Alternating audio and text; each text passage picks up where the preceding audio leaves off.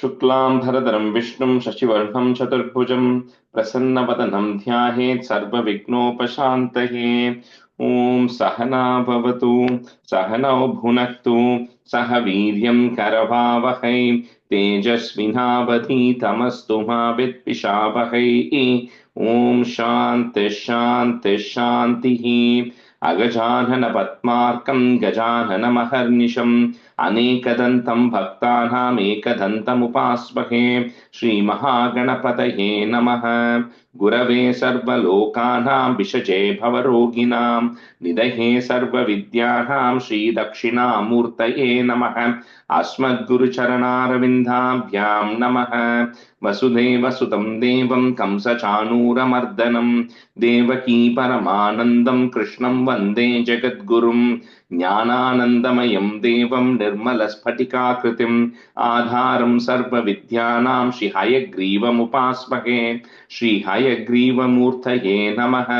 सरस्वती नमस्तुभ्यं वरदे कामरूपिणि विद्यारम्भं करिष्यामि सिद्धिर्भवतु मे सदा। श्रीमहासरस्वत्यै नमः।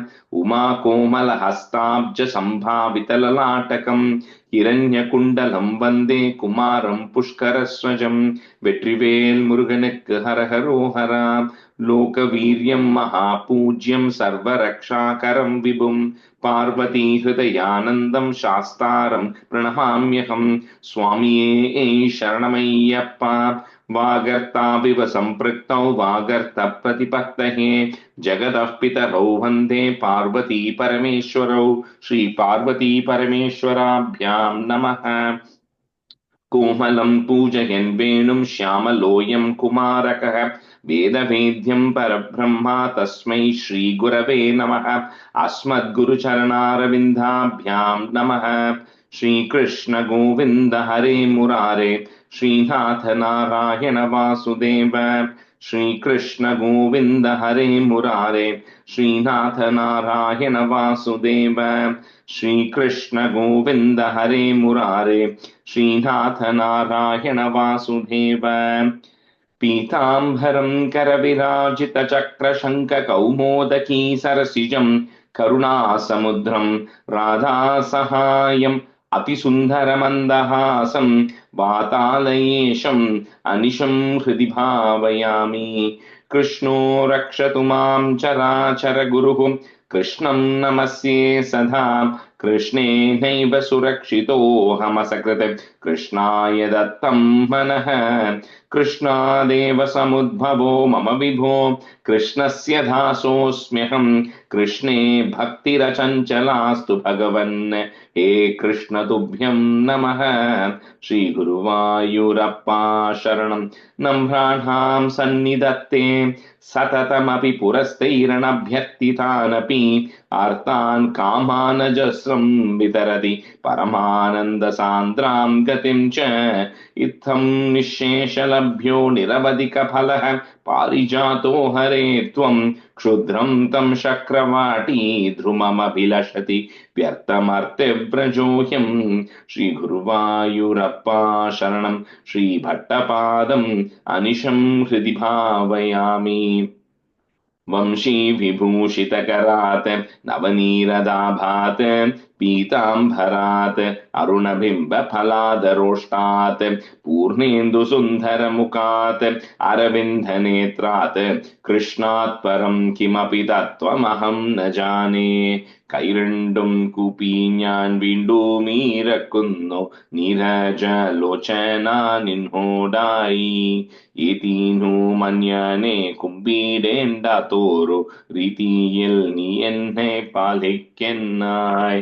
കൃഷ്ണ ഹരേ ജയ കൃഷ്ണ ഹരേ ജയ കൃഷ്ണ ഹരേ ജയ കൃഷ്ണ ഹരേ. Good morning, everyone. We're back after 2 weeks. It feels like a long break. Okay, so we'll do a review of 35. So Madhu, you can do one half. Then let me see. Lakshmi Eravaliji, can you do the other half of 35? Yeah. Okay. I'll Go ahead. start. Om Shri Krishnaya Parabrahmane Namaha. Dasakam 35. श्रीरामचरितवर्णनम्। नीतः सुग्रीवमैत्रीं तदनु हनुमता दुन्दुभेः कायमुच्चैः क्षिप्त्वाङ्गुष्ठेन भूयो लुलुविथयुगपत्पत्रिणा तप्तसालान् लुलुविथयुगपत्पत्रिणा सप्तसालान् हत्वा सुग्रीवघातोद्यतमतुलबलं वालिनं व्याजवृत्त्या वर्षावेलामनैषीः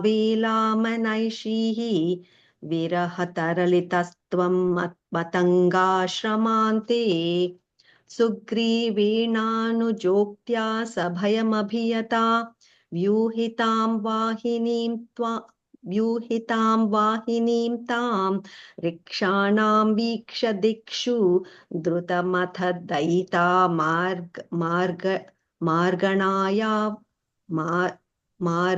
मार्गणायावनम्रां सन्देशं चाङ्गुलीयं पवनसुतकरे प्रादिशो मोदशाली मार्गे मार्गे ममार्गे कपिभिरपि तदा त्वत्प्रिया सप्रयासैः त्वद्वार्ता कर्णनोद्यद्गुरुदुरुजव Garu. sorry. Garudu. त्वद्वार्ता कर्णनोद्यद्गरुदुरुजव Sampati वाक्यप्रोतीर्णार्णोर्धिः अन्तर्नगरि जनकजां वीक्ष्य दत्वाङ्गुलीयम् प्रक्षुद्योद्यानम् अक्षक्षपणचरणः सोढबन्धो दशास्यं दृष्ट्वा प्लुष्ट्वा च लङ्कां झटिति स हनुमन्मौलिरत्नं ददौ ते But there's two small corrections there in the third line. Akshakshapana chanaranaha. अक्षक्षपणचणरणः. Yeah. And then fourth line Hanuman. Okay, you said Hanuman. Jatiti sa Hanuman. Modi. झटिति स हनुमान् मौलिरत्नं ददौ ते त्वं सुग्रीवाङ्गदादिप्रबलकपिचमू चक्रविक्रान्तभूमि चक्रोभिक्रम्य पारे जलधि निशिचरेन्द्रानुजाश्रीयमाणः तत्प्रोक्तां शत्रुवार्तां रहसि निशमयन् प्रार्थना पार्थ्यरोष प्रास्ताग्नेयास्त्रतेजः त्रसदुधदि गिरा लब्धवान् मध्यमार्गम् कीशैराशान्तरूपाहृतगिरिनिकरैः सेतुमाधाप्य यातून् यामर्द्य दंष्ट्रा नखशिखरिशिला सालशस्त्रैः स्वसैन्यैः व्याकुर्वन् सानुजस्त्वं समरभुवि परं विक्रमं शक्रजेत्रा वेगान्नागास्त्रबद्धः पतगपतिकरुन्मारुतैर्मोचितो भूः सौमित्रिस्त्वत्र शक्तिप्रहृतिगलद सुर्वाज्जानितः शैलघ्राणात् प्राणानुपेतो व्यकृणुत् कुसृत्रिश्रलाघिनं मेघनादं मायाक्षोभेषु वैभीषणवचनहृतस्तम्भनः कुम्भकर्णं सम्प्राप्तं कम्पितोर्वीतलम् अखिलचमु भक्षिणं व्यक्षिणोस्त्वं गृह्णन् जम्भारि सम्प्रेषित रथकवचौ रावणेनाभ्युध्यन् ब्रह्मास्त्रेणास्य भिन्दन् गलदलदि अबलां That's what Bindan Galatatim. गलततिम् अबलाम् अग्निशुद्धां प्रगृह्णन् देवश्रेणीवरोज्जीवित समरमृतैः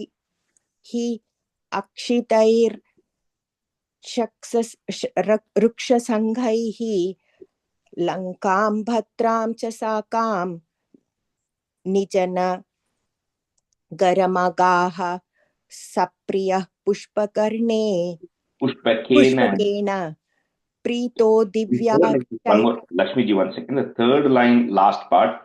Akshatair riksha sanghaihi. अक्षतैर्वृक्षसङ्घैः लक्षां भर्तां च साकं निजनगरमगाः सप्रियः पुष्पकेन प्रीतो दिव्याभिषैकी अयुत समधिकान् वत्सरान् पर्यरंसीः मैथिल्यां पापवाचा शिव शिव किल तां गर्भिणीम् अभ्यहासीः शत्रुघ्ने नारदित्वा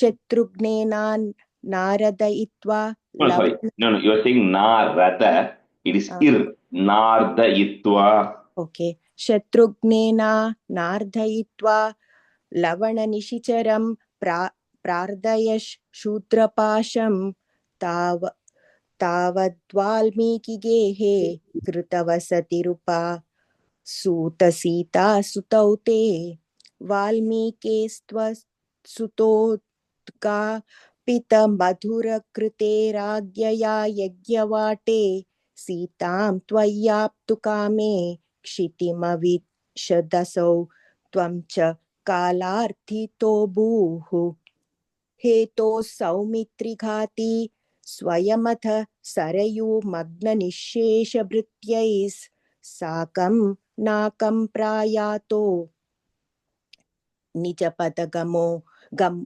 निजपदमगमो देववैकुण्ठमाद्यं सोऽयं मर्त्यावतारः तव खलु नियतं मर्त्यशिक्षार्थमेवं विश्लेषार्थिर्निरागस्त्य यजनमपि भवेत् कामधर्मातिसक्तया Satya. Kamadharmatisakya. सत्या नो चेत् स्वात्मानुभूतेः क्वतु नवमनसो विक्रियाचक्रपाणे सत्वं सत्वैकमूर्ते पवनपुरपते व्याघुनो व्याधितापान् The fourth line, Vyadhunu. व्याधुनो व्याधितापान् श्रीकृष्णाय परब्रह्मणे नमः. So we'll continue with 36. We had finished the first two stanzas of 36. The questioning up to 36 is a little hard. And then from 37 to 74 are all like small dasakams. And then 74, it gets a little hard from there. Okay, so let me see who I had for today. Bunch of people are not there today. Lalita Rajagopalan, you can be a student. And then Padmaja Meikundam, you can be a student. Stanza 3. लब्धाम्नाय गणश्चतुर्दश वह्या गन्धर्वराजे मनाक् आसक्तां किल मातरं प्रतिपितुः क्रोधाकुलस्याज्ञया ताताज्ञातिकसोदरैः सममिमां छित्त्वात शान्तात् पितुः तेषां जीवनयोगमापितवरं माता च तेधाध्वरान्. So last time when we saw two stories were beginning to start. One of them was about this Kartavirya Arjuna and then how he was born and then the power he had and how he would die. Eventually he would be gotten rid by an incarnation of Bhagavan himself. That was a boon Dattatreya had given him. Then in the second stanza we saw the birth of Rama to Jamadagni. That's how we ended the second stanza. So this third, again, it's called Parashurama. The name is only going to come later. His actual name is just Rama. So this Rama, because he is a partial incarnation of the Lord. So by a very young age, he had learnt all the Vedas. He had all the knowledge. But also remember how powerful Jamadagni is. If you recall the story, Jamadagni is also a very powerful person. So one day, Jamadagni's wife Renuka, she goes to the banks of the river to get some water and to create a pot or something to get for whatever is required for Jamadagni for for the homam he was doing. At that time, there is a Gandharva. Gandharvas are beings who are from other worlds who fly right in aerial vehicles. And this lady, Renuka, happens to see a Gandharva and one of the kings of the Gandharvas, and then she falls for him mentally, right? She thinks, oh no, that person is so lucky, he's surrounded by so many people, he's flying, and she's mentally getting attached to that. And then eventually she gets late, she comes back. But she knows Jamadagni is very powerful that he can understand what has transpired, right? So when she comes, she accepts her offense itself. So Jamadagni then tells Parashurama's brothers, first because Parashurama Rama is the youngest, he tells them, go get rid of your mother. So none of them do that. How can you get rid of your mother, right? That's a atrocious sin to commit. So eventually, then Jamadagni comes and tells Rama that I want you to get rid of your brothers and your mother. So at that time, Rama is in a dilemma, like because that is not something he can do, but he knows that if Jamadagni wishes, with his yogic power, he can burn everybody down. So what he does is he actually goes and gets rid of them. But when he's done, Jamadagni goes and says, you have done what I have asked for. What do you want in return? So he says two things. One is, I want all of them to be brought back to life, that they should not die. And number two, they should not know that I ended up doing this, because then, it becomes very bad for them also, for him also, right? So anyway, so I'm sure there's a lot of context to that. But anyway, that's what happens. And then Parshurama, then his mother and his brothers are all brought back, and then both Jamadagni is also happy with him, and then everything goes fine. So this shows kind of what Parashurama had to end up doing here. So Labdham Naya Ganesh Chaturdasha Vaya. Chaturdasha referring to 14. So by 14 he had learnt everything. Chaturdasha Vaya Gandharva Raje Manak. So put the ik K at the end of that line, Manak, comma. Next line you have Ga Saktam, that becomes Asaktam. So Asaktam Kila Mataram Pratipituhu, comma, Krodha Kulasyagnyaya. Labdhamnaya Ganaschaturdashavaya Gandharvaraje Manak Asaktam Kila Mataram Pratipituhu Krodha Kulasya Lalita.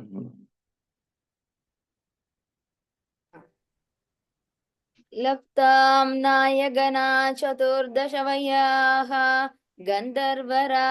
राजे मनाक् आसक्तां किल मातरं प्रतिपिदुः क्रोधाकुलस्याज्ञया.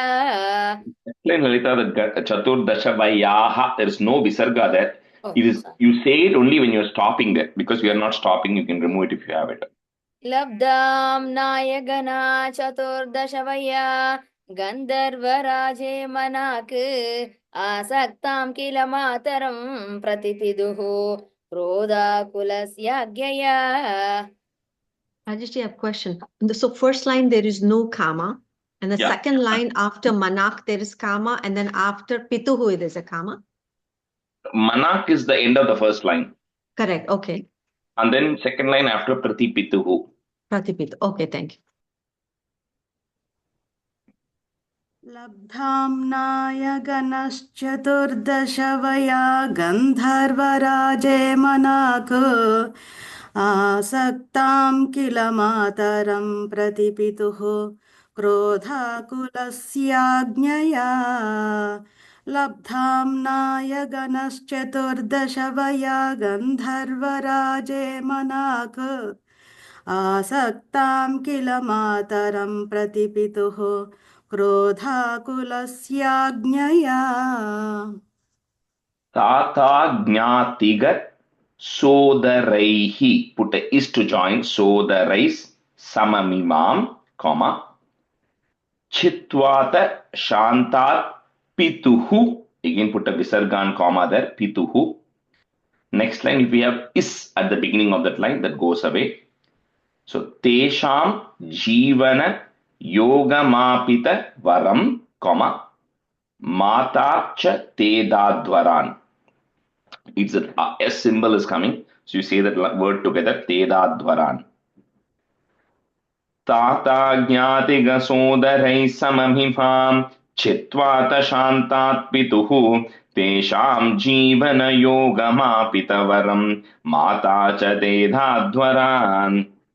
तादाज्ञातिकसोदरै सममिमां चित्वात शान्तात् पितुः तेषां जीवनयोगमापितवरं माता च ते ताद्वरान् तादाज्ञातिकसोदरै सममिमां चित्वात शान्तात् पितुः तेषां जीवनयोगमापितवरं माता च ते ताद्वरान् ताताज्ञातिगसोदरैः सममिमां छित्त्वाथ शान्तात् पितुः तेषां जीवनयोगमापितवरं माता च ते माता च ते दाद्वरान् ताताज्ञातिगसोदरैः सममिमां छित्त्वाथ शान्तात् पितुः तेषां जीवनयोगमापितवरं माता च ते दाद्वरान् Sense of four. Pitra Matrumhute Stavahritaviyadhenurnijadashramat Prastayata Bhrugorgira Himagirau Aradhya Gauri Patim Labdhva Tatparashum Taduktadanujaच्छेदी Mahastradikam Prapto Mitramata Krita Branamunim Prapyaghamaswashramam.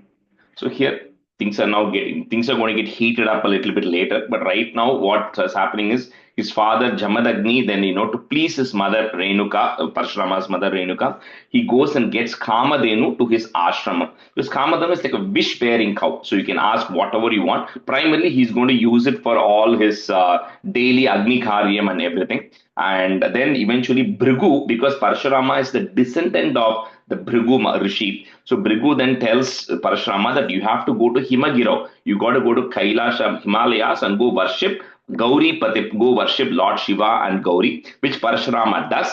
And in return, that's when he gets the Parashu. He gets his axe, and then his name becomes Parashurama. From this point on, his name is called Parashurama. And then he kills a few asuras along the way and all that. And then he also finds a friend called Akritavarna. So in the last line, it says, Mitram Atakrita Vranamunim. So Akrita Vrana is the name of another rishi who helps Parashurama later on to get rid of all the Kshatriyas and everything. Anyway, he finds him as a friend and then he comes home eventually.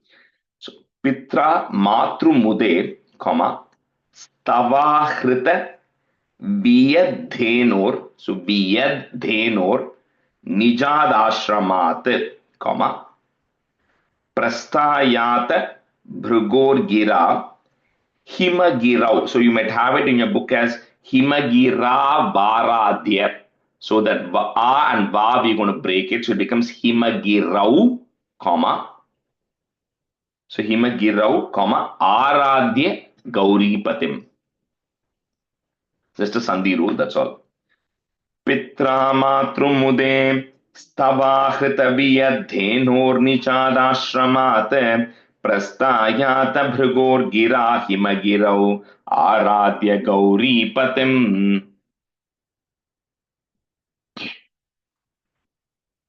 पित्रा मातृमुदे स्तवा हृदवियद्धेनो निजाताश्रमात् प्रस्थायात भृगोर्गिरा हिमगिरौ आराध्य गौरीपतिम् पित्रा मातृमुदे स्तवा हृदवियद्धेनो निजाताश्रमात् प्रस्थायात भृगोर्गिरा हिमगिरौ आराध्य गौरीपतिम्.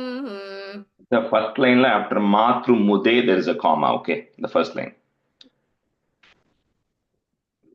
Pitra Matrumude Stava Hruda Viyadhenor Nijadashramat Prasthayatha Bhrugorgira Himagirau आराध्य गौरीपतिं पित्रा मातृमुदे स्तवाहृतवियधेनोर्निजादाश्रमात् प्रस्थायाथ भृगुगिरा हिमगिरौ आराध्य गौरीपतिम् लब्ध्वा tat parashum, comma, tadukta dhanujach chedi mahastradikam prapto. So put a plus at the end of that mahastradikam, and then after prapto you put a comma,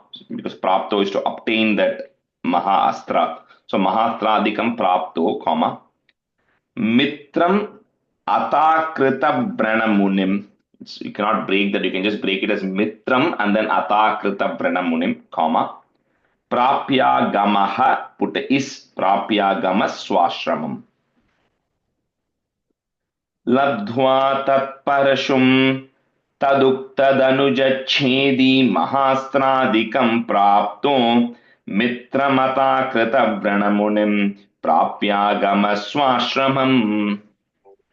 लब्ध्वा तत्परशुं तदुक्तदनुजच्छेति महास्त्रादिकं प्राप्तो मित्रम् अताकृतव्रणमुनिं प्राप्यागमस्वाश्रमम् लब्ध्वा तत्परशुं तदुक्तदनुजच्छेदी महास्त्रादिकं प्राप्तो मित्रम् अताकृतव्रणमुनिं प्राप्यागमस्वाश्रमम् लब्ध्वा तत्परशुं तदुक्तदनुजच्छेदी महास्त्रादिकं प्राप्तो मित्रम् अथाकृतप्रणमुनिं प्राप्य गमास्वाश्रमम् Apyagamas swashramam. प्राप्यागम्य स्वाश्रमम् You said gam, yeah, there's no ya sound there. Prapyagamas swashramam. प्राप्यागमस् Yeah, correct. लब्ध्वा तत्परशुं तदुक्तदनुजच्छेदी महास्त्रादिकं प्राप्तो मित्रम् अथाकृतव्रणमुनिं प्राप्य गमास्वाश्रमम् That's fine.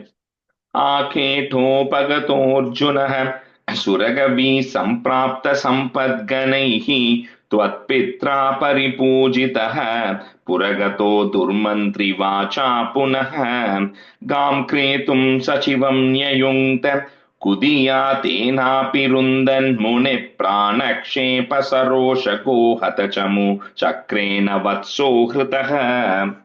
So now the two stories are going to come together. If you remember the first one, where we saw about Anasuya, Atri getting Dattatreya, and then this person called Padmini in the current time, at the time, who also wanted a child along with Kritavirya Arjuna, went and approached Anasuya and she said, worship Dattatreya. So to the Kritavirya Arjuna and Padmini was born Kartavirya Arjuna, was a very strong person. He had the Ashtasiddhi, he had thousands of arms, he was very powerful. And then the thing was, you would eventually be gotten rid by an incarnation of the Lord. That was all. So that Kartavirya Arjuna, now this, you kind of both the stories merge. So this Kartavirya Arjuna, because he's around the same time, living around the same time that Parashurama is. So one day when he was going hunting or when he was traveling, he ends up coming to the ashramam of Jamadagni. And when he comes to the ashram of Jamadagni, because Jamadagni is one of the sages who lives in the kingdom. So, and because Kartavirya Arjuna is the king at the time, Jamadagni welcomes him, all his soldiers, feeds him sumptuously. Now, this Kartavirya Arjuna, of course, as a king, he wants everything, right? So he sees that this Jamadagni has this Kamadhenu, which is why he is able to do all these things. He feels that Jamadagni is a powerful sage because the milk that comes out of Kamadhenu and everything he's using for his offerings, because of which he's getting very powerful. So this Kartavirya Arjuna now wants this Kamadhenu. So when he goes back, that's why it says, Durmantri Vacha Punaha. So all the bad people around Kartavirya Arjuna tell him that as a king, Kartavirya Arjuna, you need to have the Kamadhenu. Jamadagni is just a rishi. Why does he need Kamadhenu? So anyway, so he sends all his people out there to to get the Kamadhenu, which of course Jamadagni resists giving. But then there is a war fight that happens eventually where he gets rid of Jamadagni. I mean, he uses the word killed. I don't know if he's literally killed or if he's injured. Anyway, so he gets rid of, he injures Jamadagni or kills Jamadagni, Parashurama's father. And then the Kamadhenu was not stolen, but a small calf gets stolen. So this now triggers an entire battle that's going to happen with Parashurama. But anyway, that's what is happening here. Where Kartavirya Arjuna comes and he takes off that calf. Aketo Pagatorjunaha. So we cannot break that too much. Aketo Pagatorjunaha, comma. Suragavi Samprapta Sampat Ganaihi. So put a Visargan comma at the end of that line. Sampat Ganaihi. Next line, if you have a is at the beginning, that will go away. Tvat Pitra Paripujitaha, comma. Puragato Dhurmantri Vacha Punaha. Akhetopagatorjunah Suragavi Samprapta Sampadganaihi Tvatpitra Paripujitaha Puragato Durmantri Vacha Punaha. आकेटो भगदोऽर्जुनः सुरगवी सम्प्राप्त सम्पद्गणैः त्वत्पित्रा परिपूजितपुरगतो दुर्मन्त्रिवाचा पुनः Second line, आकेटो भगदो second line after Paripujitaha, we are pausing, okay? Second line. Okay आकेटो भगदोऽर्जुनः सुरगवी सम्प्राप्त सम्पद्गणैः त्वत्पित्रा परिपूजित पुरगतो दुर्मन्त्रिवाचा पुनः Paripujitaha, second line. परिपूजितः ओके आखेटोपगतोऽर्जुनः सुरगवी सम्प्राप्त सम्पद्गणैः त्वत्पित्रा परिपूजितः पुरगतो दुर्मन्त्रिवाचा पुनः आखेटोपगतोऽर्जुनः सुरगवी सम्प्राप्त समृद्गणैः त्वत्पित्रा परिपूजितः पुरगतो दुर्मन्त्रिवाचा पुनः Gam Kretum Sachivam Nyayunkta, comma. Kudhiya Tenapi Rundhan Muni, short E, Muni, put a plus. So one comma after Nyayunkta in the third line, and then the rest of the things up to the end of the fourth line go as continuously, no pause there. So Rundhan Muni plus Prana Kshepa Sarosha Go Hata Chamu Chakrena Vatso Hritaha. So it's easy to break those words there. Gam kretum sachivam nyayunkta kudihya tenapi rundan muni pranakshepa sarosha gohata chamu chakrena vatso hritaha. गां क्रेतुं सशिवं ययुङ्क्त गुदिया तेनापि रुन्दन्मुनि प्राणक्षेप सरोषगोहत चमु चक्रेण वत्सो हृतः गां क्रेतुं सशिवं ययुङ्क्त गुदिया तेनापि रुन्दन्मुनि प्राणक्षेप सरोषगोहत चमु चक्रेण वत्सो हृतः गां क्रेतुं सजीवं न्ययुङ्क्त कुधिया तेनापि कुरन्धन् प्राणेक्षेप सरोषगोमात गोहत चमूचक्रेण वत्सो हृतः गां क्रेतुं सजीवं न्ययुङ्क्त कुधिया तेनापि कुरन्धन् मुनिप्राणक्षेप सरोष Gohat चमूचक्रेण वत्सो हृतः. Third line, last word. Rundhan Muni. Tenapi rundhan muni. कुधिया तेनापि रुन्धन्मुनि Yeah. प्राणक्षेपे. The ru was not coming exactly, so that's why I corrected it. So rundhan muni, okay. That's a 6. Shukro jivitata vakya chalita krodhota sakya samam bhebradhyata mahodaropanihitam chapam kutharam sharan आरूढ़ सहवाहयंत्रकरतम माहिष्मतीमाविशन्न वाग्भिर्वत्समदाशु शिक्षितिपतौ संप्रास्तुता संघरम.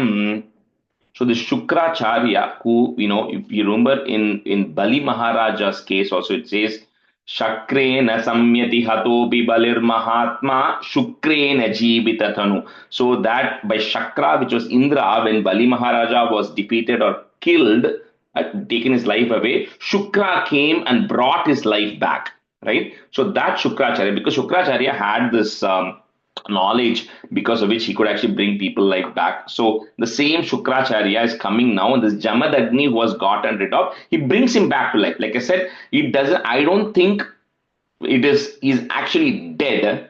Okay, because general rule is if you die, you cannot come back, right? So I don't think he's completely dead, but I think he's in a state of maybe like not able to come back, coma or some state, right? Because of, let's say, how Lakshmana was not quite dead but was brought in back to life, they say. Similarly here, right? So Shukracharya, with his help, Jamadagni is brought back to life. So Jamadagni gets back to normalcy. So now when Parashurama comes to know about it, then Jamadagni resides. So now Parashurama is like, okay, time has finally come for me to now take these things, right? Because all the Kshatriyas. So what he does is, because he's going to go fight with this Kartavirya Arjuna, who's extremely powerful. And we'll see in the next stanza how big of an army he has. So Parashurama then goes to, Mahodara, who's one of the, Shiva's, extensions of Shiva, like one of the planetary expansions of Shiva. He goes, worships again, gets more ayudam and weapons and everything. And along with his friend, that Akritavarna, whom he had met earlier, they both go to Mahishmati, which is where Kartavirya Arjuna is, to then go battle with him. Just these two people go. Shukroj Jivita Tata Vakya Chalita Krodhota Sakhya Samam. Entire lines together, comma at the very end. Sakhya Samam.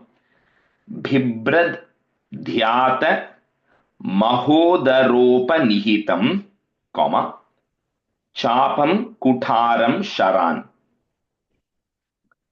Shukro jibita tata vakya chalita krodhota sakhya samam bibhradhyata mahodaropa nihitam chapam kutharam sharan. शुक्रो जीविततातवाक्यचलितक्रोधोत सख्या समम् बिभ्रद्यातमहोदरोपनिहितं चापं कुटारं शरान् शुक्रो जीविततातवाक्यचलितक्रोधोत सख्या समम् बिभ्रद्यातमहोदरोपनिहितं चापं कुटारं शरान् शुक्रोज्जीविततातवाक्यचलितक्रोधोऽथ सख्या समम् बिभ्रद्ध्यातमहोदरोपनिहितं चापं कुठारं शरान् शुक्रोज्जीविततातवाक्यचलितक्रोधोऽथ सख्या समम् बिभ्रद्ध्यातमहोदरोपनिहितं चापं कुठारं शरान्. Arudaha, put a if to join. Arudas. Rajesh? Yeah, go ahead. Rajesh, one question. இது மகாதரோவா இல்ல மகோதரோவா? என்னோடதுல வந்து மகோதரோன்னு இருக்கு. ஆமா மகோதரோ தான். Oh, did somebody say Mahadaro? Sorry, I missed it. I heard Lakshmi say Mahadaro. Oh, okay. It's Mahodaro Panihitam. Okay, thank you. Okay. Arudaha, put a is, Arudas, Saha, Vaha, Yantrika, Ratam, comma, Mahishmatim Avishan. You can break it that Ma if you want. Mahishmatim Avishan, comma, Vagbhir Vatsamadhashushi kshitipatau, comma, Samprastutaha, put a is to join, Samprastutas Sangaram. So one comma after Yantrika Ratham in the third line, one after Kshitipatau. Arudha Sahavaha Yantrika Ratham Mahishmatima Vishanne Vagbhirvatsamadashu Shikshitipatau Samprastuta Sangaram. आरूढसखवाखयन्द्रकरतं मागेष्मति मा विशन्ने वाग्भिर्वत्समदा सुशीर्षितिपतौ सम्प्राप्तुता सङ्गरम् आरूढसखवाखयन्द्रकरतं मागेष्मति मा विशन्ने वाग्भिर्वत्समदा सुशिक्षितिपतौ सम्प्राप्तुता सङ्गरम् आरूढः सह वाहयन्तृकरथं माहिष्मति मा विशन्न वाग्भिर्वत्समदाशु शिक्षितिवपतौ सम्प्रास्तुतः सङ्गरम् आरूढः सह वाहयन् कृतरथं माहिष्मति मा विशन्न वाग्भिर्वत्समदाशु शिक्षितिपतौ सम्प्रास्तुतः सङ्गरम्. The third line, middle word is Yantrika Ratham. Okay, that word. Yantrika. Okay. Sorry. Rajesh, your real question in the last line, Samprastuta Sangaram, right? That Sangaram is a different word, not Shankaram, right? Sangaram. Sangaram. That doesn't mean Lord Shiva. No. Because it's on the S Sangaram. They're saying they decide to start a battle. Prastuta Sangaram. So it's like starting a battle, nothing to do with Sa. So. Stanza 7. Putranhamayuten सप्तदशभिश्चाक्षौहिनीभिर्महासेनानीभिरनेकमित्रनिवहैः व्याजृम्बिता योधनः सद्यस्त्वत्ककुटारभाणविदलन्निःशेषसैन्योत्करो भीतिप्रद्रुदनष्टशिष्टतनयः त्वामापदद्धेहयः. Next two stanzas are a little bit long, tough stanzas. So now the battle is going to start, right? So now we said Kartavirya Arjuna. He had, so there's a definition, and this is going to come several times in Krishna Avataram also. There's something called as an Akshauhini, which is a formation of like a set of soldiers, right? And then chariots, elephants, and horses. And foot soldiers. So this is 1:1, 3:5 combination that is there. And it is huge number. So one Akshauhini has about like 20,000 chariots, 20,000 elephants, and then 3 times number of that in horses and 5 times the number of that in soldiers. That is considered one Akshauhini. In the Mahabharata war, there were like 18 Akshauhinis. Kauravas had 11, Pandavas had 7. So totally 18 Akshauhinis. So here, this what you call Kartavirya Arjuna, he alone had 17 Akshauhinis. So you take the entire Mahabharata, Kauravas and Pandavas army, with just one Akshauhini shot, Kartavirya Arjuna had. And then he goes, and then he of course also is super powerful. So he and his sons and all these people start fighting, and it is just Parashurama and his friend the Akritavarna. So that's why when he said Parashurama got all that Parashu and all these divine weapons from Shiva, he was able to pretty much get rid of this entire army of Kartavirya Arjuna. Just these two people were able to get rid of it. That is a battle that goes on here. And then the next stanza is the fight with Kartavirya Arjuna itself. But in this case, Parashurama and his friend are able to get rid of the entire Akshauhini armies of Kartavirya Arjuna. So, Putranam Ayutena, comma. So, he had 10,000 sons, Kartavirya Arjuna. So, Ayutam is referring to 10,000. So, Putranam Ayutena, comma. Sapta Dashabish Chakshauhinibhir. So cha akshauhinibihi. So chakshauhinibhir maha, put a plus. Senani bhiraneka, one word. Senani bhiraneka mitra nivahaihi. So put a visarga and comma there. Nivahaihi. Next, on top of the vyajrumbi, there is a ir that will go away. Vyajrumbita yodhanaha. That's also one word. So one comma after putrana mayutena in the first line, then second line after nivahaihi comma. That just goes continuous. सेना सेनानी भिरनेक मंत्री मंत्री or what is that? Mitra nivahaihi. Mitra. Okay. Mitra nivah. Putranhamayutena सप्तदशभिश्चाक्षौहिणीभिर्महासेनानीभिरनेकमित्र निवहैः व्याजृम्भिता योधनः. पुत्राणामयुतेन चाक्षौहिणीभिर्महा सेनानीभिरनेकमित्रनिवहैः व्याजृम्भिता योधनः. First line after Putranhamayutena, we're taking a pause, okay? पुत्राणामयुतेन सप्तदशभिश्चाक्षौहिणीभिर्महा सेनानीभिरनेकमित्रनिवहैः व्याजृम्भिता योधनः. पुत्राणामयुतेन सप्तदशाभिश्चाक्षौहिणीभिर्महा सेनानीभिरनेकमित्रनिवहैः व्याजृम्भिता योधनः.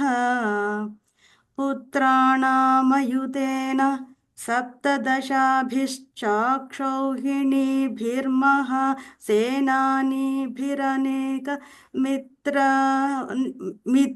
मित्रनिवहैः व्याजृम्भिता योधनः. Karu, that first line, you sing sapta, you're adding an extra a sound, akaram there. That's not. Sorry, saptadashabhischakshauhiणी. I think it was at the sha then. Saptadashabhish. Yes, saptadasha.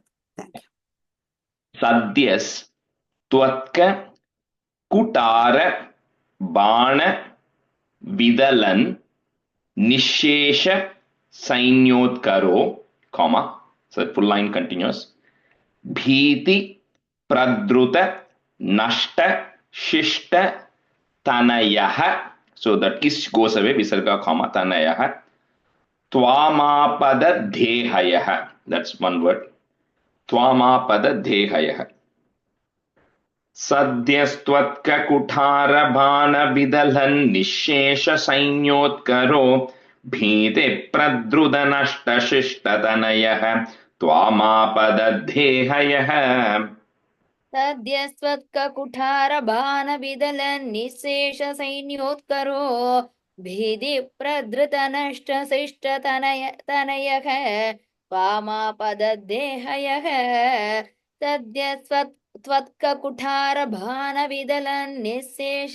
बाणविदलन्निःशेषसैन्योत्करो भीतिप्रधृतनष्टशिष्टतनयः वामापददेहयः. सद्यस्त्वत्ककुठारबाणविदलन्निःशेषसैन्योत्करो भीतिप्रधृतनष्टशिष्टतनयः त्वमापददेहयः. सद्यस्त्वत्ककुठारबाणविदलन्निःशेषसैन्योत्करो भीतिप्रधृतनष्टशिष्टतनयः त्वमापददेहयः. So that last word, Twamapadadhehayaha. त्वामापददेहयः. Right. लीलावारित Narmada जलवलल्लङ्केश गर्वापः श्रीमद्बाहु सहस्रमुक्त बहुशस्त्रास्त्रं निरुन्दन्नमुम् चक्रे त्वय्यत वैष्णवेऽपि विफले बुद्ध्वा हरिं त्वां मुदा ध्यायन्तं छित सर्वदोषमवदीः सोगात् परं ते पदम्.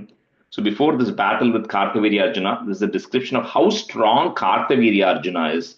So one time, like we said, the Ramayana timeline and the Parashurama Avataram timelines overlap.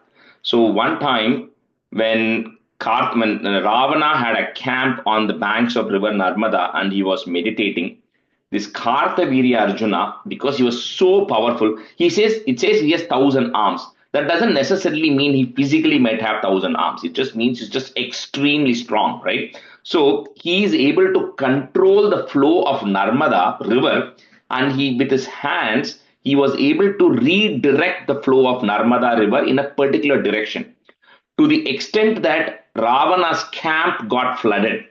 And then there is a small battle that happens between Ravana and Kartavirya Arjuna, which Kartavirya Arjuna is able to get Ravana under arrest. And then eventually he lets Ravana go. So we all know how powerful Ravana is. So this Kartavirya Arjuna is more powerful than Ravana, right? In the end, I'll give you a mathematical equation on this. That's how strong Kartavirya Arjuna is. So this Kartavirya Arjuna and Parashurama now get into a battle. So Parashurama had gotten rid of all the Akshauhinis in the earlier stanza. In this, there's a battle that happens, and then both of them fight. Nobody is able to win. Nobody is able to lose, right? They both are equal in thing. Finally, Kartavirya Arjuna sends Vaishnava Chakram towards Parashurama. But then that Chakram doesn't do anything to Parashurama because Parashurama himself is an incarnation of Mahavishnu. So at that time, Kartavirya Arjuna comes to the realization that he knows that he is going to die at the hands of an incarnation of the Lord. That's what Dattatreya had told him. You're going to be strong enough, but then eventually one of my incarnations is going to get rid of you. So he comes to realization, okay, this is that incarnation which has now come to get rid of you. So he himself surrenders. He comes to the realization and then he surrenders to Parashurama. So when you kind of look at that equation here, Kartavirya Arjuna is more powerful than Ravana, right? Parashurama is greater than Kartavirya Arjuna. Then I told you in the 35th Dasakam, and it's going to come in the next stanza, where Rama is more powerful than Parashurama just in terms of the potency, in terms of the potential energy. So it was natural that Rama defeating Ravana is not a big deal. If you kind of look at that equation, right? Although Ravana is very strong, it was very easy for Rama to defeat him because anyway, all these people were there. Anyway, so in this stanza, Kartavirya Arjuna is gotten rid of. So for those of you who know Sanskrit, there is something called as samas in Sanskrit, which is something I used to hate when I learned it in my 9th and 10th grade. It's like a long sentence which you have. If you have like a one paragraph, they can reduce that one paragraph into 2 lines with a combination of words, and you cannot break those words together. So the first 2 lines here are a samas. So which means the 2 lines, you cannot break it. You have to say the whole 2 lines together because it's got a lot of joining words there. So, but we can break the individual words, but we can't stop. So, Leela Varita Narmada Jala Valal Lankesha Garvapaha, put a plus, Srimad Bahu Sahasra Mukta Bahu Shastrastram Nirundhannamum. So you can clearly break those words, but then you have to say those 2 lines together. लीलावारित Narmada जलवलल Lankesh गर्वापह श्रीमद्बाहु सहस्र मुक्त बहुशस्त्रास्त्रं निरुन्दन्नमुम्. लीलावारित नर्मदा जलवलल्लङ्केश गर्वापह श्रीमद्बाहु सहस्रमुक्त बहुशस्त्रास्त्रं निरुन्दन्नमुम्. लीलावारित नर्मदा जलवलल्लङ्केश गर्वापह श्रीमद्बाहु सहस्रमुक्त बहुशस्त्रास्त्रं निरुन्दन्नमुम्.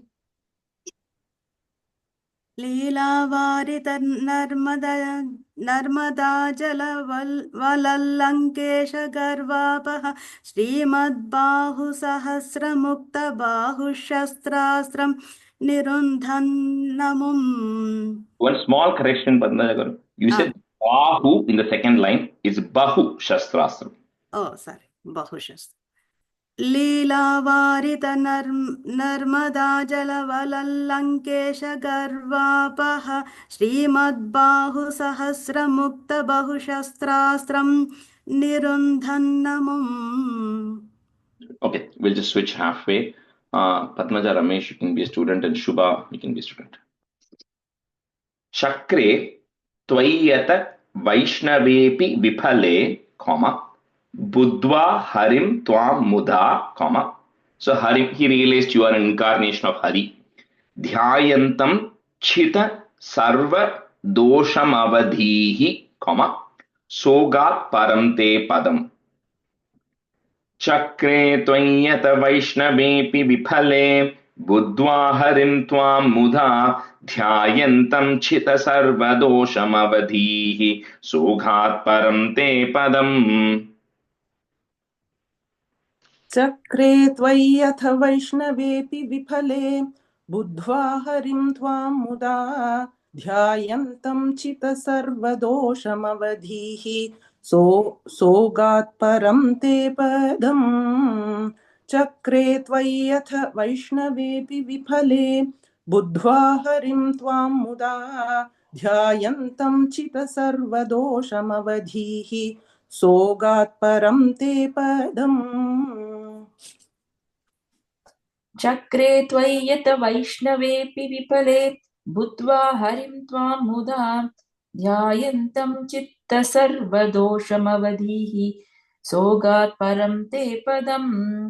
चक्रे त्वय्यत वैष्णवेऽपि विफले बुद्ध्वा हरिं त्वां मुदा ध्यायन्तं चित्तसर्वदोषावधीः सोगात् परं ते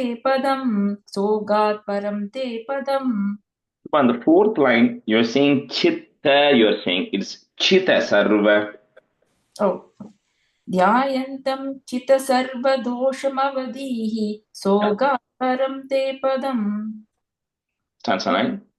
भूयोर्मर्षित हेहयात्मजगणैः ताते हते रेणुकाम् आज्ञानां हृदयं निरीक्ष्य बहुशो घोरां प्रतिज्ञां वहन् ध्यानानीतरधायुधस्त्वमकृता विप्रद्रुहः क्षत्रियान् दिक्चक्रेषु कुठारयन् विशिकयन् निः क्षत्रियां मेधिनीम्.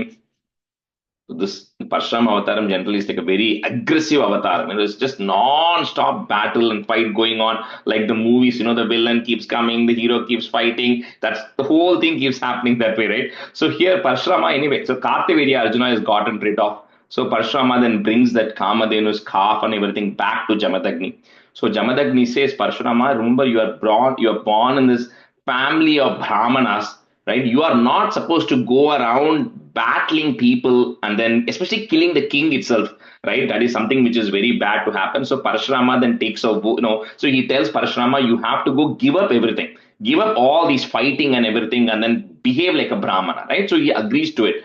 But what happens is this Kartavirya Arjuna's sons who remain, they want to take revenge because their father was gotten rid of. So they again come attacking to Jamadagni's thing. And they injure Jamadagni and all of that. So at that time, what happens is he gets again, don't use the word dead, but he again is severely injured. So at that time, Renuka, whose mother, so Parashurama sees that she's beating her chest. So that's why, we say generally don't beat your chest, because Renuka is like beating her breast and her chest and crying. So Parashurama, who had decided to give everything up, comes and then he sees his mother in such a state. So he says, what do you want? So he says that all these Kshatriyas, they behave out of control. They don't know how to respect the rishis and how to respect the Brahmanas. You really have to put an end to it. So at that time, Parashurama takes a vow, which is the purpose of one of his birth, was to get rid of all these bad Kshatriyas who are ruling the planet and not following Dharma. So he then says, okay, that is my vow I'm taking. Till I do that, I'm not going to come back, right? And then he takes a vow and Parashurama leaves to get rid of all the Kshatriyas. So, Bhuyor Marshita Hehaya, sorry, that's the one, right? Yeah. Bhuyor Marshita Hehayatmaja Ganaihi. So, instead of that is, we put a Visarga and comma, Ganaihi. Tate Hate Renukam, put a im at the end of that line, Renukam, comma. Next line, that Magnanam becomes Agnanam. Agnanam Hridayam Niriksha Bahusho, comma. Ghoram Pratignyam Vahan. भूयोर्मर्षितहेहयात्मजगणैः ताते हते रेणुकाम् आज्ञानां हृदयं निरीक्ष्य बहुशो घोरां प्रतिज्ञां वहन्. Rajeshji, I have a quick question. In my book, it is just Bhuyo Marshita. Is it Bhuyor Marshita? No, here just Bhuyo Marshita only. Sorry, if I said here. Yeah. Thank you. भूयोमर्षितहेहयात्मजगणैः ताते हते रेणुकाम् आघ्नानां हृदयं निरीक्ष्य बहुशो घोरां प्रतिज्ञां वहन्. भूयोमर्षितहेहयात्मजगणैः ताते हते रेणुकाम् आघ्नानां हृदयं निरीक्ष्य बहुशो घोरां प्रतिज्ञां वहन्. भूयो मर्षितहेहयात्मजगणैः ताते हते रेणुकाम् आज्ञानं हृदयं निरीक्ष्य बहुशो घोरां प्रतिज्ञां वहन्. भूयो मर्षितहेहयात्मजगणैः तते हते रेणुकाम् ताते हते रेणुकाम् आज्ञानं हृदयं निरीक्ष्य बहुशो घोरां प्रतिज्ञां वहन्. Shubha, the second line, first word mattum Agnanam. Okay, it's a, it ends with a. Dhyananita Rathayudas Twamakrita Vipra Druha. So that Visarga has to be said because Ksha is coming later. So Vipra Druha Kshatriyan, then a comma. So that line is continuous, and then comma at the very end, Kshatriyan. Dik Chakreshu Kutharayan Vishikayan, comma. Again, same logic. Nihi Kshatriyam. That Visarga has to be said. Nihi Kshatriyam Medini. Dhyananita yudhastwamakrita vipradruha kshatriyan dikchakreshu kutharayan vishikayan nihi kshatriyam medini. ध्यानानीतरथायुधस्त्वमकृथा विप्रद्रुहः क्षत्रियान् दिक्चक्रेषु कुठारयन् विशिखयन् निहि क्षत्रियां मेदिनीम्. ध्यानानीतरथायुधस्त्वमकृथा विप्रद्रुहः क्षत्रियान् दिक्चक्रेषु कुठारयन् विशिखयन् निहि क्षत्रियां मेदिनीम्. ध्यानानीतरतायुधस्त्वमकृता विप्रद्रुहः क्षत्रियान् दिक्चक्रेषु कुतारयन् विशिकयन् निह क्षत्रियां मेदिनीम्. Nihi kshatriya medinim. निहि क्षत्रियां मेदिनीम्. ध्यानानीतरतायुधस्त्वमकृता विप्रद्रुहः क्षत्रियान् दिक्चक्रेषु कुतारयन् विशिकयन् निहि क्षत्रियां मेदिनीम्. I think this time you said two he's, just nihi kshatriyam. So that's the time. Tato jivana krinnu palaka kulam त्रिसप्तकृत्वो जयन् सन्तर्प्यात समन्त पञ्चकमहारक्तह्रदौगे पितॄन् यज्ञेष्मामपि काश्यपादिषु दिशन् साल्वेन युध्यन् पुनः कृष्णो मुं निहनिष्यतीति शमितो युद्धात् कुमारैर्भवान्. So, like then, because he takes that bow to his mother Renuka, so he goes and gets rid of 3 times 7, so 3 sapta, so 21 either Kshatriya clans or some huge numbers, but pretty much every bad Kshatriya out there, Parashurama goes and gets rid of them, right? And essentially wipes the earth clean of all the people who don't follow the Dharma. And at that time, Minu will like this reference when I say it's like Basha movie, he now finally comes clean because she said that in a different class. So he does it and says, okay, finally I'm done, right? I've gotten rid of all the Kshatriyas. That was the purpose of my incarnation for this. And then he decides to give up everything. So he goes to this place called as Samanta Panchaka, which is the current Kurukshetra. So that Samanta Panchaka is like really a Divya Kshetra, because later on we'll see in Krishna Avataram in Dasakam 85 or something, they all go there for the solar eclipse. So this place called Samanta Panchaka is Kurukshetra. So he goes there and then he does Tarpanam for all the Pitras. He's saying, I'm now giving up all these things that I have done. And he's now going to get back to follow the life of a Brahmana. And one of the things that he does also is all the land that was illegally grabbed by the Kshatriyas and all the thing which Parashurama now has control of, he gives all these things off to the rishis. So from Kashyapa and all, he gives all the land to all the rishis. And then he says, okay, I'm now done with all of this, right? And then there's one final person who comes to battle him called Salva. And that Salva battle is going to come again in Dashakam 86. So when Parashurama is battling with this Salva, who has a spaceship and all that stuff, this Salva does. So at that time, so he's being told that Parashurama, it's not your responsibility to get rid of Salva. Krishna is going to be born later on, who's going to get rid of Salva. So that is delayed to Dashakam 86. So that battle doesn't happen. But Parashurama eventually, the Sanaka sages come and tell him that, because there's a reason why that happens. But anyway, so with that, Parashurama gives everything, all the land to the rishis, and then he's done with this. So Tato Jivana Krin Nrupalaka Kulam,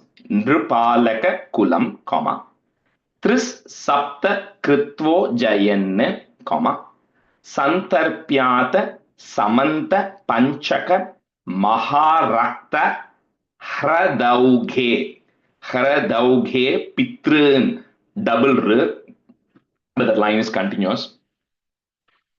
Tato Jivana Krindrupalaka Kulam Trisapta Kritvo Jayan Santarpyata Samanta Panchaka Maharakta Hradauge Pitrun. तातो जीवन नृपालककुलं त्रिसप्तकृत्वो जयन् सन्तर्प्याथ समन्तपञ्चकमहारक्तह्रदौघे पितॄन् तातो जीवन नृपालककुलं त्रिसप्तकृत्वो जयन् सन्तर्प्याथ समन्तपञ्चकमहारक्तह्रदौघे पितॄन्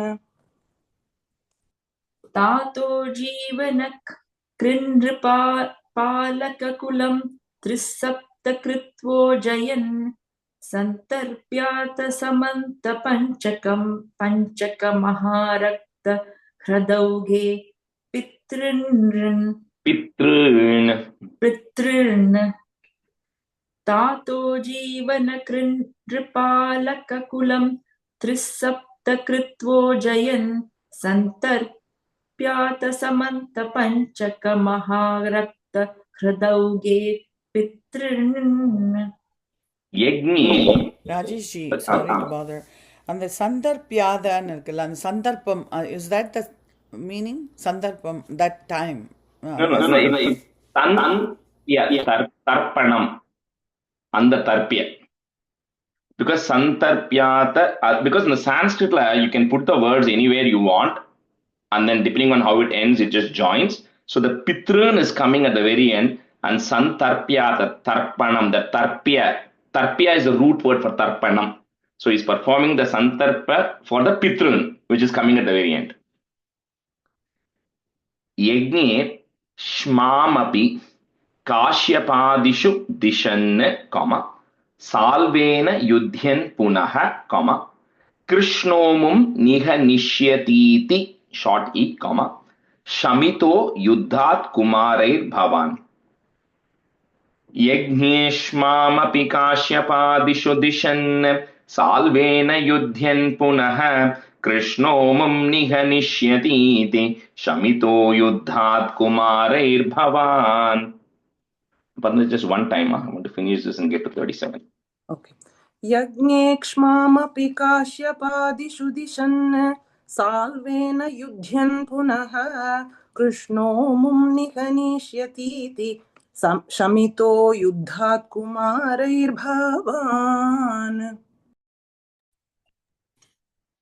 यज्ञे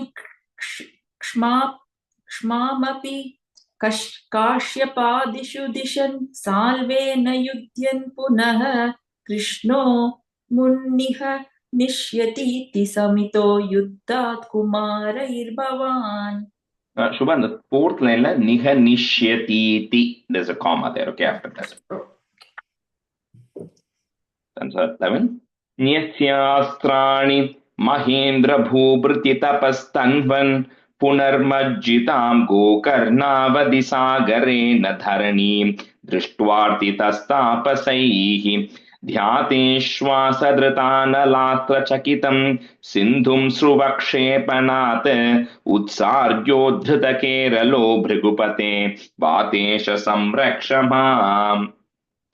So, then he's, like we said, he abandoned all the weapons, everything. He gave all the land to Kashyapa and all the sages. And then he comes back to Jamadagni and he says, I'm all done. Then, so then this Parashurama, eventually he goes to this Mahendra mountains, which is on the eastern Ghats in the Orissa region, where, he's still alive because he's one of the Chiranjeevis. And, he's going to be the next Sapta Rishi. And the next Manu happens, the 8th Manu, Parashurama is going to be one of the Sapta Rishis. So at that time, there's a land on the western border of India, which was filled with water. So up to the Gokarna region. So the kind of Karnataka, Kerala, what is the current Karnataka, Kerala, up to Goa area was submerged underwater. The land was. So the Rishis came and said, we want you to get that land up. So with his parashu, he's able to then bring that land up, right? He's able to excavate that area out of, in Bombay, they excavate the land from under the water. So similarly, he's able to excavate that western portion of India up, which is why Bhattaripad is saying here that Keralo Bhrigupate, Utsaryo Dhrita Keralo. So you are able to bring out Kerala from under the water, right? That western coast of it. Was able to brought up, and then this Dashakam comes to an end. Vatesha Samrakshama. Ugru Arapa, please protect me. So, Nyasyastrani, because that's like one thing, abandoning all the weapons. Nyasyastrani, Mahendra Bhubriti Tapastanvan, another comma. Punarmajjitam, then put a plus. Punarmajjitam Gokarnavadi Sagarena Dharanim, Drishtvartitas tapasaihi. Nyasyastrani Mahendra Bhupriti tapastanvan Punarmajjitam Gokarnavadi Sagarena Dharanim Drishtvartitas tapasaihi. Nyasyastrani Mahendra Bhubriti tapastanvan Punarmajjitam Gokarnavadhi Sagarena Dharanim Drishtvarthitastapasaihi. Rajesh, where is the comma over here after Tanvan? First is after Nyasyastrani, then Tapas Tanvan, adukappan comma. Then Punarmajjitam Gokarnavadi Sagarena Dharani, and then comma. Okay. Nyasyastrani Mahendra Bhubriti Tapastanvan Punarmajjitam Gokarnavadi Sagare Nadharanim Drishtvartita Tastapashaihi. Dhyateshvasa Dhritana lastra, cannot break that word, Dhritana lastra chakitam, comma, Sindhum sruva kshepanat, put a it at the end of that line, kshepanat. Next line, the du becomes a u. Utsaryodhrita Keralo Bhrigupate, comma, Vatesha Samrakshamam. ध्यातेश्वासहृतानलात्रचकितं सिन्धुं श्रुवक्षेपणात् उत्सार्योद्धृतकेरलो भृगुपते वातेश संरक्ष माम्. ध्यातेश्वासधृतानलास्त्रचकितं सिन्धुं स्रुवक्षेपणात् उत्सार्योद्धृतकेरलो भृगुपते वातेश संरक्ष माम्. Dhyateshvasa Dhritanalastrachakitam Sindhum Kshuvakshepanat Utsaryo Dhritakeralo Bhrigupate Vatesha Samrakshamam. Krishnaya Parabrahmane Namaha. Rajesh G, Yeah. ஒரு doubt. அது கொஞ்ச நாளாவே it was means கொஞ்சம் வருஷமாவே நான் நினைச்சுட்டு இருக்கேன். There is a temple for Parashurama in Trivandrum, Thiruvallam. But it is famous for பிதுர் தர்ப்பணம். Why? So, like I said, when Parashurama, and I'm just thinking real time, right? In the previous stanza, like it said, is when Parashurama got rid of all of the Kshatriyas, right? He goes and does, like we said, the Pitru Tarpayan, like we saw in the previous stanza, right? Oh, okay. Goes and does Tarpanam for a lot of the ancestors and for everybody. So he kind of, probably, I'm assuming he established something around Tarpanam, because of which probably people follow that. And I'm just speculating here, right? So because Specifica, he has done that at Samanta Panchakam at Kurukshetra. So I don't know if that is the why there is a reference to that. Yeah, because people will go mostly 99.99% of the people போய் தொழுதுட்டு வர அந்த மாதிரி நானும் போனது கிடையாது இது வரைக்கும். I walk through the front of that temple 100 times, but I have not entered that temple till now. So, And I think the Tarpanam, the thing you're doing is you're kind of also apologizing for all the mistakes you are doing as a Brahmana, as a person, right? So that's what Parashurama went and did the Tarpanam, saying, I'm a Brahmana, I'm not supposed to be going and getting rid of Kshatriyas, but he had to do it. That was his duty. So he does all this Tarpanam to kind of say, I'm sorry, apologize, I do not get all this bad karma. So Adikka, he's doing Tarpanam, right? So I'm assuming that's why that's probably carried on into the temple legacy. okay, வேணா இந்த தோஷம் அதுக்கு இதுக்கு எல்லாத்துக்கும் அங்கதான் வருவா. Okay, maybe because he's done, anyway. So maybe I'm just speculating that could be the reason. Okay. Thank you, Rajesh. So we just do a couple of stanzas of 37. So like in Hindi they say the main picture abhi baki hai. I think that's 37 to 88 is going to be like a journey of its own, right? 1 to 36 was whole bunch of different things that were happening. We saw multiple avatars, we saw the creation of the cosmos, we saw all of that. Now from 37 to 88 is going to be nothing but just Krishna is the hero of the movie, right? Everything is going to revolve around only Krishna. So 37 is starting off as Krishnavatara Prasanga Varnanam. So 38 is where the incarnation is going to happen. So 37 is a prelude to the incarnation of Krishna. Stanza 1. Sandhananda Tanohare Nanupura Daivasure Sangare Tvatkritta api karma shesha vashato yetena yata gatim Tesham bhutala janmanam diti bhuvam bharena dhurardhita bhume prapa virinchamashrita padam devaif puraivaghataihi.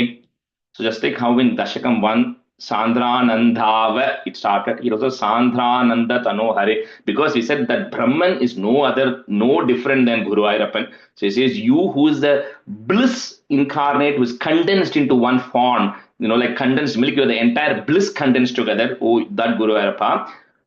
even though all these avatarams had happened, Kurma avataram, a lot of the asuras had gotten rid of, Parshurama got rid of a lot of these people, even Rama avataram, all that happened. Still, what happens is, a lot of those asuras did not quite get liberated. They still had so much residue karma left that they kept taking birth again and again. And the more the asuras, bad people, keep taking birth, they end up doing more atrocities and more bad things. So because of which the earth was feeling the burden, saying there are still a lot of people to be, who are actually causing a lot of problems on this earth. So at that time, it says earth is going and talking to Brahma. I mean, the representation is the Manu or whoever is representing earth is going and praying to Brahma, saying that there's so many atrocities happening in earth that we really need your help, O Brahma. So when he had gone, he also saw that Devai Puraivagatehi, the Devas had also come there to meet with Brahma to discuss the same topic. Right? Although this one seems to indicate that the purpose of Krishna Avataram is to come and get rid of these other people who still have residue karmas. As we go through Krishna Avataram, we'll see one of the main purpose of Krishna Avataram is so that all the people will start loving God. So we all worship God, right? There's a difference. So when you worship Lord Rama, right? Because you think of Lord Rama as somebody who's superior, right? You worship, you respect Lord Rama, you respect Lord Shiva, you worship Lord Shiva. Same with Devis. But with Krishna, that's not the case. You don't have to worship Krishna. The whole purpose of Krishna Avataram is you love Krishna, right? And you'll see that, yesterday was a Gita Mandalam issue program, people are enjoying and dancing. So Krishna is filled with bliss. So anytime we're associated with Krishna, it's a happiness that comes. And that was one of the purpose of Krishna Avataram, is to bring that, bliss and love for bhakti towards Krishna. Anyway, so that's what is happening. The Bhumi and all the Devas are assembled in front of Brahma. So, Sandra Nanda Tano Hare, Nanu Pura Daivasure Sangare, Tvat Kritta Api Karma Shesha Vashato, Yete na Yata Gatim. Sandhananda Tano Hare, Nanupura Daivasure Sangare, Tvatkritta Api Karma Shesha Vashato, Yete na Yata Gatim. सान्द्रानन्दतनोहरे ननुपुरा दैवासुरे सङ्गरे त्वत्कृता अपि कर्मशेषवशतो ये तेन याता गतिम् सान्द्रानन्दतनोहरे ननुपुरा दैवासुरे सङ्गरे त्वत्कृता अपि कर्मशेषवशतो ये तेन याता गतिम्. தேஷாம் ராஜேஷ் சாரி, என்னோட புக்ல தாத்தா இருக்கு. இங்க அந்த fourth லைன் இருக்கு பாத்தீங்களா? ஐ மீன் செகண்ட் லைன். त्वत्कृता अभिकर्म शेषवशतो ये तेन தாத்தா கதிம். அது தாத்தா இருக்கு. இல்ல யாத்தா கதிம். Okay. I don't know why it is Tata. Must be a printing mistake then. எனக்கும் தாத்தா கதிம் தான் கொடுத்துருக்கு. யாத்தா கதிம் அது. Why? ஓ யாத்தா கதிம். So இங்கேயும் இந்த சங்கரே வருது. So it's a battle again. Deva Asura Sangare. The battle between Devas and the Asuras. Tesham Bhutala Janmanam Diti Bhuvam, Bharena Durardita, Bhumihi, put a F, Bhumif, Prapa Virincham, Virincha referring to Brahma, Virincham Ashrita Padam, Devaihi, put a F, Devai Puraivagataihi. Tesham Bhutala Janmanam Diti Bhuvam, Bharena Dhurardita, Bhumeh Prapa Virincham Ashrita Padam, Devai Puraivagataihi. तेषां भूतलजन्मनां दितिभुवां भारेण दूरार्दिता भूमिः प्राप विरिञ्चमाश्रितपदं देवैः पुरैवागतैः. तेषां भूतलजन्मनां दितिभुवां भारेण दूरादिता भूमिः प्राप विरिञ्चमाश्रितपदं देवैः पुरैवागतैः. Do one more and stop. Ha ha durjana bhuri bharamatitam pato nidhau patukam etam palaya hanta me vipashatam samprachya devaniman ityadi prachura pralapa vipasham alokya dhata mahim devanam vadanani viksha parito dadhyau bhavantam hare. So Mother Earth or Manu is going and complaining to Brahma, saying that you Bhuri Bara Matitam. Say, I cannot take this burden anymore of all these bad characters who are there. You really have to do something, otherwise the earth is going to go into chaos, right? So, and she says, you can ask the Devas. The Devas are also getting impacted with all the things that are happening. So Brahma at the time, he doesn't know what to do either. Sometimes even Brahma doesn't have the answer. But what Brahma always does is, anytime he doesn't have an answer, he meditates upon the Lord. So Brahma then goes into a state of meditation to say, I myself don't have an answer. Let me see what the right answer to this is to get earth rid of the burden. Ha ha durjana bhuri bhara matitam, comma, pato nidhau patukam, put im at the end of that line, patukam, comma. Next line, metam becomes etam. Etam palaya hanta me vivashatam, comma, samprichha devaniman. Ha ha durjana bhuri bharamatitam patho nidhau patukam etam palaya hanta me vivashatam samprichha devaniman. हा हा दुर्जन भूरि भारमथितां पाथो निधौ पातुकाम् एतां पालय हन्त मे विवशतां सम्पृच्छ देवानीमान्. हा हा दुर्जन भूरि भारमतितां पातो निधौ पाटुकाम् एतां पालय हन्त मे विवशतां सम्प्रच्छ देवानिमान्. Ityadi prachura pralapa vivasham. So that ma you break it, vivasham, comma.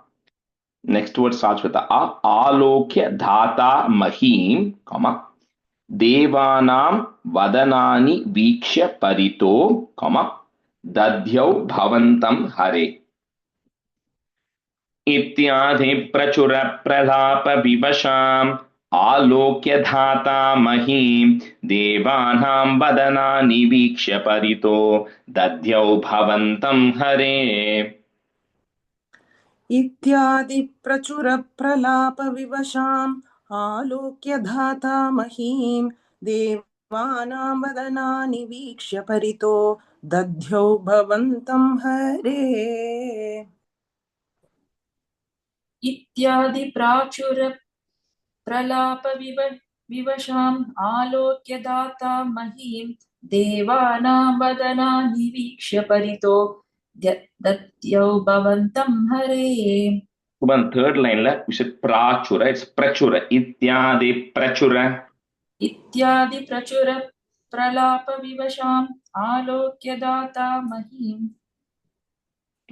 We'll stop here today. Shri Krishnaya Parabrahmane Namaha. Sandhanandhavabodhatmakamanupamitam Kaladeshavadibhyam Nirmuktam Nityamuktam Nigamashata Sahasrena Nirbhasyamanam Aspashtam Drishtamhatre Punarurupurushartatmakam Brahma Tattvam Tattavad Bhadi Sakshat Guru Pavanapure Hanta Bhagyam Jananam कायेन वाचा मनसेन्द्रियैर्वा बुद्ध्यात्मना वा प्रकृते स्वभावात् करोमि यद्यत् सकलं परस्मै नारायणायेति समर्पयामि. Thank you everyone. Thank you, Thank you, Rajesh. Rajesh. Thank you. Happy Tamil New Year's Day, everyone. Happy Tamil Thank you, New Year. Rajesh. Yeah. Happy New Year to everyone. Happy New Year.